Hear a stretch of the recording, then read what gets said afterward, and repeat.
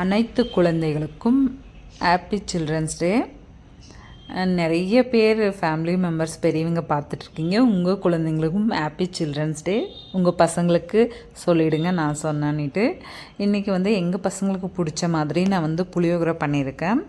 அது கூட தொட்டுக்க ஒன்றும் பண்ண முடியல, டைம் ஆகிடுச்சு. அவங்க ரெடி ஆகிட்டு இருந்தாங்க. பசங்களுக்கு இன்றைக்கி கலர் ட்ரெஸ்ஸு, அதனால் கலர் ட்ரெஸ் போட்டு ரெடி ஆகிட்டு இருந்தாங்க. இன்றைக்கி அவங்களுக்கு ஸ்நாக்ஸ் முறுக்கு வச்சுருக்கேன், அவ்வளோதான். அப்புறம் வீட்டில் கேக்கு சாக்லேட்லாம் இருக்குது. வந்துட்டு அப்புறம் சாப்பிடுவாங்க. காலையிலேயே அவங்க அவ்வளோ சீக்கிரம் சாப்பிட மாட்டாங்க.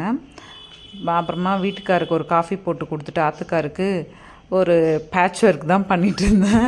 நைட்டு எனக்கு முந்தா நேற்றுலாம் பீரியட் டைமு, அதனால் எனக்கு சமைக்கவும் இன்ட்ரெஸ்ட் இல்லை. ஒரு மாதிரி லெக் பெயின், இடுப்பு பெயின் எல்லாம் இருந்தது. அதனால் நான் ரெஸ்ட்லேயே இருந்துட்டேன். சிக்கன் சாப்பிட்ணுன்னு ஆசையாக இருந்துச்சுன்னு சொன்னேன்.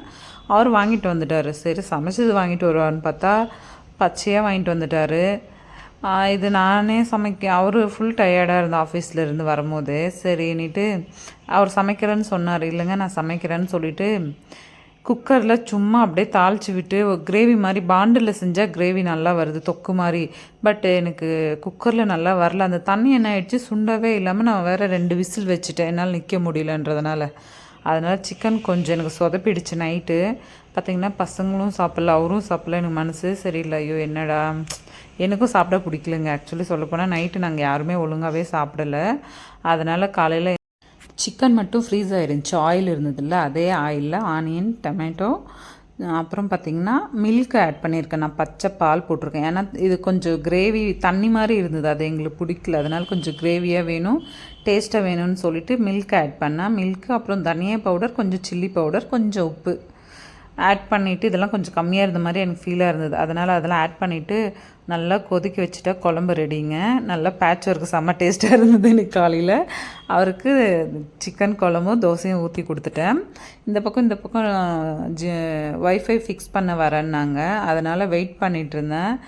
பார்த்திங்கன்னா நான் டெடி குலைக்க ஆரம்பிச்சிட்டு இருந்தேன். அந்த பக்கம் பார்த்துட்டே இருந்தேன். யாரான்னு பார்த்தா நம்ம சிலி பூனை.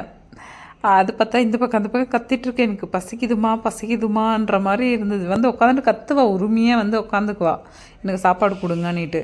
அப்புறமா ஒரு கப்பில் கொஞ்சமாக பால் ஊற்றி வச்சேன். குடிச்சிட்டு இந்த பக்கம் உள்ளே அவன் குலைச்சிட்டே இருக்கான். இவளை ஏன் நீங்கள் கூப்பிட்டீங்க வீட்டுக்குன்ற மாதிரி. டெடிக்கு கோவம் வந்துடுச்சு. அப்புறம் பால் குடிச்சிட்டு கிளம்புறா. பாய் சொல்லுடின்னா கூட பாய் சொல்லாமல் கிளம்பிட்டுருக்கா பாருங்கள். இந்த சிலி இப்படி தாங்க. ஓகே, நிறைய பேர் பார்த்துட்ருக்கீங்க. Thank you so much. நிறைய பேர் சப்போர்ட் பண்ணுறீங்க. இன்னும் எனக்கு சப்போர்ட் பண்ணுங்கள், சப்ஸ்கிரைப் பண்ணுங்கள். பாய்.